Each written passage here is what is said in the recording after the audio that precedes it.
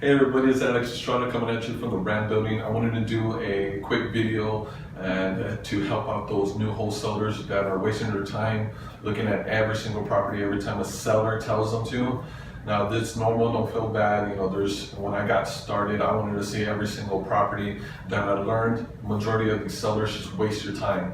And I have a hard time. I was like, okay, well maybe they're motivated because they told me to go out there. No, just because they ask you to go out there and see your property does not make them motivated, okay? Them being next to the price range of where you need to be over the phone is what determines whether they're motivated enough to actually go out there and see the property. And I'm gonna show you a strategy that my mentor showed me in determining whether whether the seller's really motivated or not, or and also how to save my time, especially when you're doing an eviction list or you're doing a big call list or whatever, right? This is a way to weed out all the non-motivated people and get straight to the motivated people and go through your numbers as fast as possible, because as you'll find out, time is money. So determining when to see a house, right? Number one, it's about setting expectations, okay? I just kind of want to do on the side note. I know that there's there's wholesalers who give a price range, well, not a price range, but an exact number over the phone. And so when the seller agrees, they think that they're motivated or whatever. They go out there and then they determine they have to be way under. And then when they let them know, they set themselves up for failure and just piss off the seller more. Okay, it's not about pissing off your seller. It's about setting proper expectations, okay? It's about prepping them for lower numbers, and it's about being conservative as well, okay? One, you never give anybody an exact purchase price until you have your comps, you've done your due diligence, and you know for sure that's where you need to be, okay?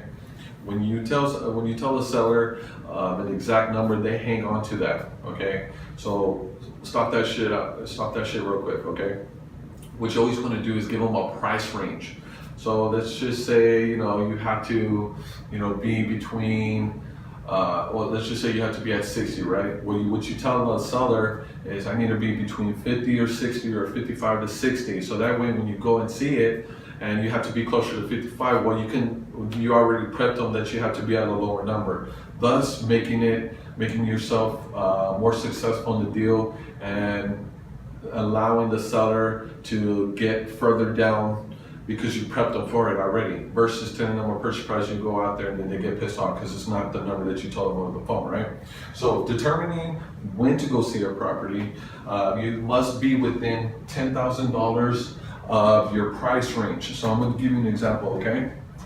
Well, so let's just say there's a property with the ARV of $100,000, right?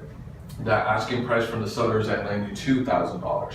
Right? You determine over the phone, running your quick numbers and everything. The rehab is probably like $10,000, but you want to be conservative, so you're at $20,000, right?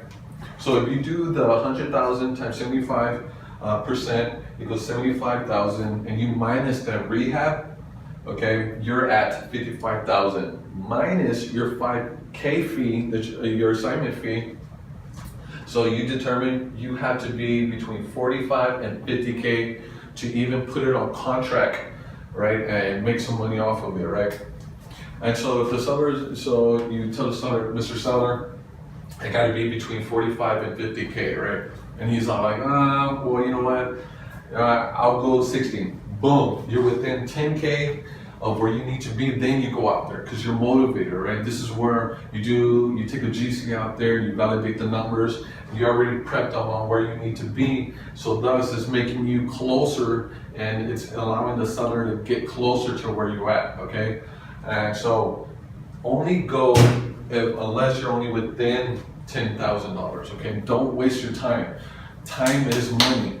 And you may not listen to me, but you're gonna find out that a lot of these people just wanna know what they would get for it, okay? Imagine you go to a property and you tell them, hey, I got so over the phone, I know I told you I have to be at 92,000, but determining this, I have to be at 80,000. And they're like, no, you said 92,000, now you're trying to go, you just piss off the seller, you know what I'm saying? It's not about pissing them off, it's just about having control of the deal, setting proper expectations, and allowing yourself to settle for a good win and get yourself a deal. Doing this strategy actually also allows you to go through your calls really fast, as opposed to you going out there every time somebody says, hey, go buy and see it, all right? Don't waste your time. Okay?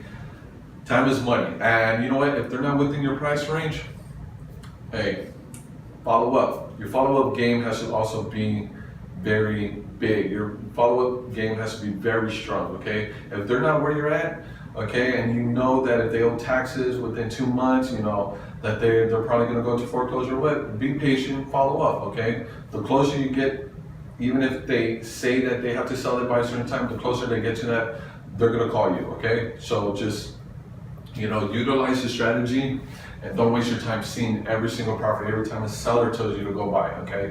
Waste a big time, okay? So if you have any questions or you need any help or anything, please reach out to me at 210-717-7458 or reach out to me at alex@hilcohomes.com. Please like, comment, and share this video and tag somebody if they need to see this to help them out. Love and peace.